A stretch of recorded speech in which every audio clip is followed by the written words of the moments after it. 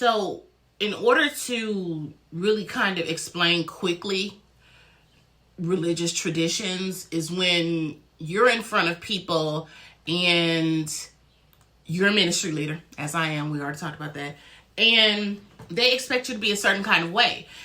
And you can't be, because whatever God tells you to be, you can't be what other people want you to be. So my purpose is set in stone for what God tells me. And even if it's not clear to the rest of the people, that's okay.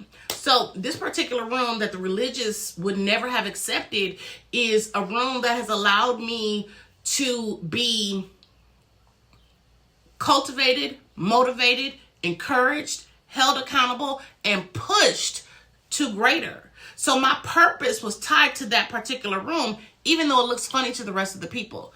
That is where you are. Your purpose is tied to the room. So then your religious traditions hold you back. See, I changed churches after I was at a ministry for 13 and a half years. I changed churches, not because there was something wrong there. I just felt like my time had ended. I was hearing repeat messages. And once you get to that point, you just kind of have to move on. But before I moved on, I said, Lord, let me serve completely first, and then allow me to move on, please. I asked him that. And so he did. So I served on 2 sub-ministries, and then I left in right standing, okay? The ministries I served on were the women's ministry as well as the hospitality. And those are things that I knew how to do. 1, I know how to lead. 2, I know how to be respectful of other people. But the religiousness kept me bound even when I moved on to a different ministry. Now, why are religious traditions important, and why did I use that as a synopsis or an example of religious traditions? Because when I changed ministries, I was tied into what people were expecting from where I was at 13 and a half years. My mindset, my spiritual mindset was tied to that. And it did not need to be. It needed to be tied to the relationship that I needed to have with God.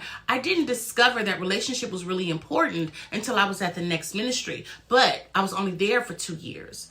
Why is this important? Because, again, the rooms you're in is important for your purpose. It's tied to your purpose. Because you're not supposed to stay in a room. The reason, season, lifetime is a meaning for a reason. God put it in his word for a reason. The meaning is tied to the purpose.